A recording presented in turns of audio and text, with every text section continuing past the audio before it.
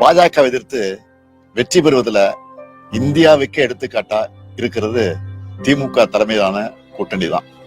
கருத்து முரண்பாடுகளால எங்க நட்புறவுல எந்த பாதிப்பும் இல்லை. மாநிலத்தின் முதலமைச்சர் மேல நடவடிக்கை எடுக்காம ஒன்றிய பாஜக அரசு பத்திரமா பாதுகாத்து வச்சிருந்தாங்க. நடந்த வன்முறையோட பின்னணியில மாநில முதலமைச்சரே சம்பந்தப்பட்டிருக்காருன்னு இப்போ அவர் பேசின ஆடியோ வெளியாகி இருக்கு. அதை பத்தி விசாரிக்கணும்னு உச்ச நீதிமன்றம் உத்தரவிட்டு இருக்கு. கூட்டணி கட்சியும் பாஜக எம்எல்ஏக்களுமே அவருக்கு எதிராக திரும்பிட்டாங்க. இந்த நிலையில தான் வேறு வழி இல்லாம அவரை ராஜினாமா செய்ய வச்சு குடியரசுத் தலைவர் ஆட்சியை அமல்படுத்தி இருக்காங்க. பாஜக ஆளுகிற மணிப்பூரா இருந்தாலும் உத்தரப்பிரதேசமா இருந்தாலும் இந்த அளவுல தான் சட்டம் ஒழுங்கு நிலைமை இருக்கு. இந்த லட்சணத்துல இவங்க அடுத்த மாநிலத்தை பத்தி கூச்சம் இல்லாம பேசுறாங்க. நம்மளை பொறுத்த வரைக்கும் மணிப்பூர்ல விரைவில் அமைதி திரும்பணும். மக்களை காக்கிற, மக்கள் விரும்புகிற மக்கள் ஆட்சி அமையும். மு.க. ஸ்டாலின் ஐயானால ஒரு ஏர் ஷோ ஒழுக்கமா நடத்த தெரியல. ஒரு ஏர் ஷோ ஒழுக்கமா நடத்த தெரியல. அத்தனை அப்பாவி பொதுமக்கள் உயிரிழந்திருக்கிறாங்க. இவர் மணிப்பூர் பாலிடிக்ஸ் பத்தி முதலமைச்சர் சொல்லிட்டு இருக்கார். சென்னையில மைய பகுதியில ஏர் ஷோ நடக்குதுன்னு தெரிஞ்சு விமான சாகசங்கள் பண்ணி பெங்களூர்ல ஏர் ஷோ நடத்துறாங்க. போய் பார்த்து சொல்லுங்க. பெங்களூர்ல போய் முதலமைச்சர் உதயநிதி ஸ்டாலின் அனுப்பி பெங்களூர்ல எப்படி ஏர் ஷோ நடத்துறாங்கன்னு பாருங்க. லட்சக்கணக்கான மக்கள் தினமும் நடக்குது. ஒரு பிரச்சனை இல்லாம நடந்து கொண்டிருக்கிறது. ஏன்னா அது அப்கோர்ஸ் சென்ட்ரல் கவர்மெண்ட் டைரக்டா நடத்துறாங்க. சென்ட்ரல் கவர்மெண்ட் ஃபெசிலிட்டிக்குள்ள நடக்குது. ஏர்போர்ட்டை ஒட்டி நடக்குது. அது வேற. அதனால இங்க நடத்துவதற்கு இது இல்ல. மணிப்பூர் நடந்ததை பத்தி பேசுறார். மணிப்பூர்ல முதலமைச்சர் அவர்களுக்கு நம்ம என்ன சொன்னாலும் அவருக்கு புரியாது. மறுபடியும் சொல்றேன், இங்கே பாரதிய ஜனதா கட்சியினுடைய குற்றம் என்ன? ஹைகோர்ட் ஒரு சமுதாயத்துக்கு எஸ்டி அந்தஸ்து கொடுக்கறாங்க. 2 சமுதாயத்துக்கு பிரச்சனை கட்டுக்குள்ள கொண்டு வந்திருக்கோம். அடுத்து என்ன நடக்கும்? இன்னைக்கு ஜனாதிபதி தலைமையில அங்க அட்மினிஸ்ட்ரேஷன் நடந்துகிட்டு இருக்கு. President's rule. ஆனால் முதலமைச்சர் அவர்கள் அவருடைய வேலையை சரியா பார்க்காம இந்தியால இது நடக்குது, அது நடக்குது, கும்பமேளால இது நடந்தது, மணிப்பூர் இது நடந்தது சொல்றார். உள்ளூர்ல, சொந்த ஊர்ல, சொந்த மாநிலத்தில் நடக்கக்கூடிய பிரச்சனை ஏன் பேச மாட்டாரு? நாம ஆட்சி பொறுப்புக்கு வந்ததுல இருந்து கல்விக்காக நிறைய பண்ணிட்டு இருக்கிறோம். கல்விதான் யாராலும் திருட முடியாத சொத்து. ஒருத்தரோட கல்வி அவருடைய தலைமுறைய முன்னேற்றிடும் தொடர்ந்து மாணவர்கிட்ட நான் சொல்லிக்கிட்டே இருக்கிறேன். அதனாலதான் காலை உணவு திட்டம், இல்லம் தேடி கல்வி, எண்ணும் எழுத்தும், நான் முதல்வன், புதுமை பெண், தமிழ் புதல்வன் நிறைய திட்டங்களை செய்யறோம். குறிப்பா பெண்களுக்கு கல்வி அறிவு கிடைக்கணும்னு ஏராளமான திட்டங்களை செஞ்சுக்கிட்டு இருக்கிறோம். இதனால ஏராளமானவங்க பயனடைஞ்சுக்கிட்டு இருக்காங்க. பயனடைஞ்ச பல பேர் பேசுற வீடியோக்களை நீங்களே கூட பார்த்திருப்பீங்க. இந்த திட்டங்களால முன்னேறினவங்க எனக்கு கடிதம் எழுதுறாங்க. அதே போல நான் கொடுக்கிற அப்பாயின்மெண்ட் ஆர்டர் பெரும்பாலும் பெண்களுக்கானதாக இருக்கிறத பார்த்து நான் பெருமை அடைகிறேன். கல்விக்காக இன்னும் நிறைய செய்யணும்னு நினைக்கிறேன். நான் கொடுத்துருக்கேன். எனக்கு முன்னாடி மகாராஷ்டிரா கொடுக்குது, அதுக்கப்புறம் கர்நாடகா கொடுக்குது. 4 மாநிலங்களை தான் நாங்கள் பெரும் வருவாயை பெருக்கிறோம். அது 2வது இடத்துல நான் இருக்கேன். என்னோட காசை எடுத்து வச்சுக்கிட்டு எனக்கு தரமாட்டேன்னு சொன்னா இது என்ன கருத்துல எடுத்துக்கிறது, என்ன கவனத்தில் எடுத்துக்கிறது? இப்போ நீ எனக்கு தர முடியாது, அவ்வளவுதானே. நான் உனக்கு என் மாநிலத்திலிருந்து வரி வருவாய் தர முடியாது. அவசரமா ஒரு சட்டசபையை கூப்பிட்டு எல்லா உறுப்பினர் ஒப்புதலும் போட்டு இவன் எதை எதிர்க்கிறவன் ஏற்கிறவன் தெரியும். எனக்கு வருவாய் நிதிநிலை அறிக்கையில எனக்கான உரிய நிதியை ஒதுக்கானாலும் பேசப்பட்டு எனக்கு இருக்கணும்னு பேசினா அது எவ்வளவு பெரிய அயோக்கியத்தன்மை பண்ணணும். சட்டசபை கூப்பிட்டு நமக்கு நிதிநிலை அறிக்கையில நம்மளை நிராகரிக்குது, நமக்கு வரி, நமக்கு உரிய நிதியை ஒதுக்கி தரமாட்டேங்குது, ஆசிரியர்களுக்கு சம்பளம் கொடுக்க முடியல, இவ்வளவு நெருக்கடியை நமக்கு உருவாக்குது. அதனால நமது மாநிலத்திலிருந்து எந்த வரியும் மத்திய அரசுக்கு போகக்கூடாது, இந்த ஒன்றிய அரசுக்கு போகக்கூடாது. அது ஜிஎஸ்டி, சரக்கு மற்றும் சேவை வரியும், எந்த வரியும் போகக்கூடாதுன்னு ஒரு தீர்மானத்தை போட்டு, வெள்ளக்காரங்காலத்துலதான் நம்ம வரிகொடா இயக்கம் நடத்த முடியுமா? இந்த கொடுங்கன், இந்த கொள்ளக்கார ஆட்சி, இது கொள்ள தானே.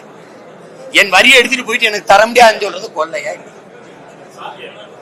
சாத்தியம் என்ன பண்ணி போயிருவேன்? நான் செய்யறேன், நீ என்ன பண்ணி போயிருவேன்? சாத்தியம் இல்லைன்னு எப்படி சொல்றீங்க? உனக்கு மட்டும் எப்படி இந்த அதிகார திமிர் வந்தது? உன்னுடைய ஆதிக்கம் என் மேல நீ அத்துமீறி இந்த மாதிரி செய்யும்னா என்னுடைய அரசு அதிகாரம் என்ன செய்ய? வேடிக்கை பார்த்துக்குமா? ஐயா சாமி, நீங்க என்ன சொன்னாலும் கேட்கிறேன்.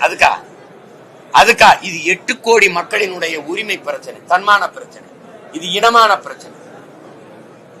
இதை இங்க இருக்கிற ஆட்சியாளர்கள் செய்ய முடியாம புலம்பிக்கிட்டு என்ன செய்ய இதை தர மறுக்கிறார்களே பாருங்கள், இது எப்படி செய்கிறார்கள், இந்த நிதியை நமக்கு புலம்பிக்கிட்டு இருக்கிறதுக்கு ஒரு அதிகாரம், அதுக்கு 40 பாராளுமன்ற உறுப்பினர்கள்.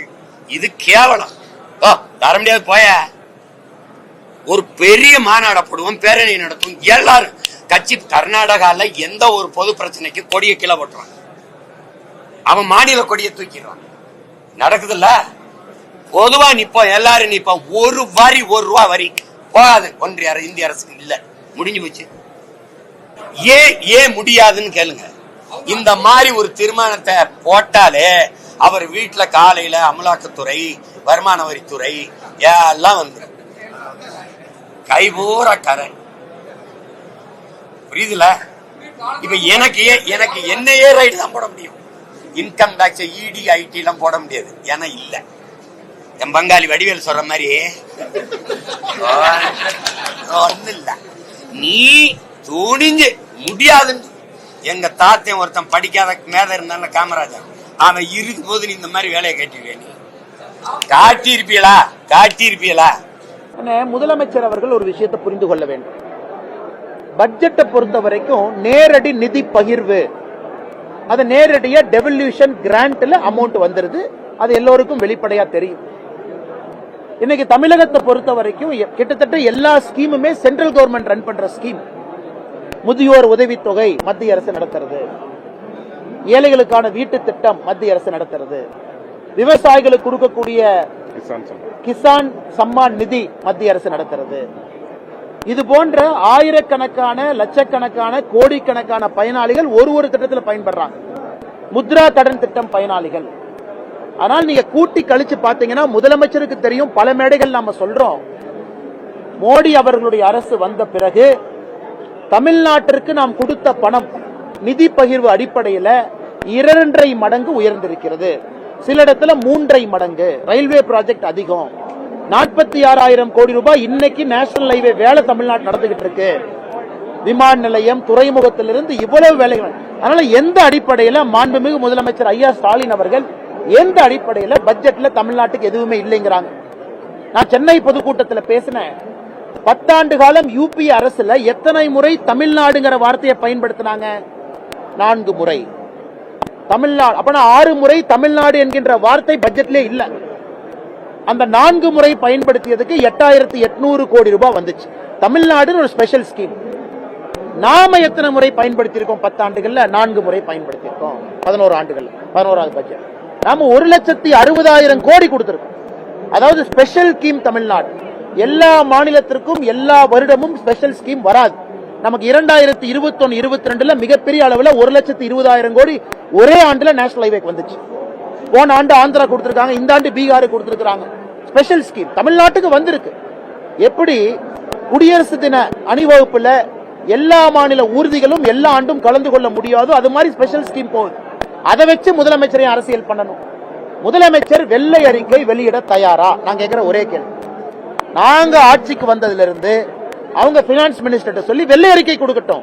2014 மொத்தமா தமிழ்நாட்டுக்கு எவ்வளவு வந்துச்சு? காங்கிரஸ் ஆட்சியில் எவ்வளவு வந்துச்சு? நம்ம ஆட்சியில் எவ்வளவு வந்துச்சு? அதன் பிறகு நாங்க ஏற்கனவே சொல்லியிருக்கோம், மேடை போட்டு விவாதிப்பதற்கு பாரதிய ஜனதா கட்சி தயார். RS பாரதி அவங்க என்ன சொன்னாங்க? மேடை போட்டு விவாதிக்கிறோம் பட்ஜெட்டை பத்தி. நான் சொன்னேன், ஓகே, நீங்க மாநில அரசு பட்ஜெட்டை பேசுங்க, நாங்க மத்திய அரசு பட்ஜெட்டை பேசுறோம், இருவரும் மேடை போட்டு விவாதிப்போம். உங்ககிட்ட டேட்டா இருக்கு, நீங்க வெள்ளை அறிக்கை கொண்டு வாங்க, நாங்க மத்திய அரசு டேட்டாவை கொண்டு வர்றோம். தமிழ்நாட்டு மக்களுக்கு மொத்தமாக தெரியட்டும் யார் தமிழகத்துக்கு எவ்வளவு கொடுத்திருக்காங்க, மோடி ஐயா எவ்வளவு கொடுத்திருக்காங்க, மன்மோகன் சிங் ஐயா எவ்வளவு கொடுத்திருக்காங்க. நான் ஏற்கனவே சொன்னது போல 2.5 மடங்கு, சில செக்டர்ல 3.5 மடங்கு அதிகம். அப்படி இருக்கும் பொழுது எந்த அடிப்படையில் முதலமைச்சர் அவர்கள் தொடர்ந்து இதே போல் பேசுகின்றார்கள் என்று எனக்கு புரியவில்லை. பாஜக அப்படின்னு யார் சொன்னாங்க? அண்ணா, முதலமைச்சருக்கு தான் இன்னைக்கு டப்பிங் தேவைப்படுது. அவருக்கு டப்பிங் தேவைப்படுது. அவருடைய குரலாக யாரோ சொன்னது போல அறிவாலயத்திலிருந்து பல பேர் பேசிக்கிட்டு இருக்கிறாங்க. அடிச்சிருவேன், மிதிச்சிருவேன், அப்படி பண்ணுவேன், இப்படி பண்ணுவேன். முதலமைச்சருக்கு டப்பிங் தேவைப்படுகிறது. பாரதிய ஜனதா கட்சிக்கு எங்கேயும் டப்பிங் இல்ல. பாரத பிரதமர் நரேந்திர மோடி அவர்கள் அமெரிக்கா போனா சிவப்பு கம்பள வரவேற்பு. பிளேயர் ஹவுஸ்ல தங்குறார், ஒயிட் ஹவுஸ் ஒட்டி. அந்த ட்ரம்ப் சொல்றாரு என்னை விட மிகச்சிறந்த ஒரு ட்ரேட் நெகோசியேட்டர் மோடி. பிரான்ஸ் சிவப்பு கம்பள வரவேற்பு, கோச்சர் ஏஐ சமிட். இதெல்லாம் முதலமைச்சர் கொஞ்சம் டிவி ஆன் பண்ணி ஸ்டாலின் ஐயா கொஞ்சம் வால்யூம் வச்சு பார்க்கணும். உலக அளவில் இந்தியாவுடைய அங்கீகாரம் என்ன, மோடியின் அங்கீகாரம் என்ன? இன்னைக்கு முதலமைச்சர் சொல்றாரு 27 ஆண்டுகள் கழித்து டெல்லியில பாரதிய ஜனதா கட்சி ஆட்சிக்கு வந்திருக்கு. அதுக்கு என்ன காரணம் சொல்லுவாரு? லோக்சபா தேர்தலில் பாரதிய ஜனதா கட்சி வலிமை அடைந்து விட்டது முதலமைச்சர் பேசினார். அதன் பின்னாடி ஹரியானா வெற்றி பெற்றிருக்கின்றோம், மகாராஷ்டிரா வெற்றி பெற்றிருக்கின்றோம், இன்னைக்கு டெல்லி வெற்றி பெற்றிருக்கின்றோம், பீகார் வெற்றி பெற போகின்றோம். அடுத்து நடக்கக்கூடிய தேர்தல். ஆனால் முதலமைச்சர் மறந்துவிடக் கூடாது, பாராளுமன்ற தேர்தலில் 7% வாக்கு இழந்திருக்காரு. 7% ஓட்டு கீழே வந்திருக்கு. 2019, 24, 26 போகும்பொழுது 20% ஓட்டு கீழே வந்திருக்கும். ஆனால் டப்பிங், கதை, திரைக்கதை, வசனம் எல்லாம் ஒரு பையனுக்கு தேவைப்படுகிறது. உதயநிதி ஸ்டாலினுக்கு டப்பிங் பண்றதுக்கு சந்தானம் தேவைப்படுறாரு. முதலமைச்சருக்கு டப்பிங் பண்றதுக்கு பல அமைச்சர்கள் அதிமுக இம்போர்ட்டட். அவங்ககிட்ட அமைச்சர்கள் இல்ல, எல்லாம் இம்போர்ட்டட். நேத்து பார்த்தேன் தோப்பு வெங்கடாச்சலனுக்கு ஒரு பதவி, இங்க பார்த்தேன் அவருக்கு ஒரு பதவி, எல்லாம் இம்போர்ட்டருக்கு பதவி கொடுத்துட்டு இருக்காங்க. காரணம் திமுக சக்தி இல்லை என்பதை முதலமைச்சரே ஒத்துக்கிறாரா? 35 அமைச்சர்கள் 13 பேர் அதிமுக வந்திருக்காங்க. ஆனால் டப்பிங் எங்களுக்கு தேவைப்படல. அதிமுகவிலிருந்து திமுகவுக்கு வந்தவர்கள் தான் முதலமைச்சருக்கு டப்பிங் பண்ணிட்டு இருக்காங்க. எங்களுக்கு தேவையில்லைங்க.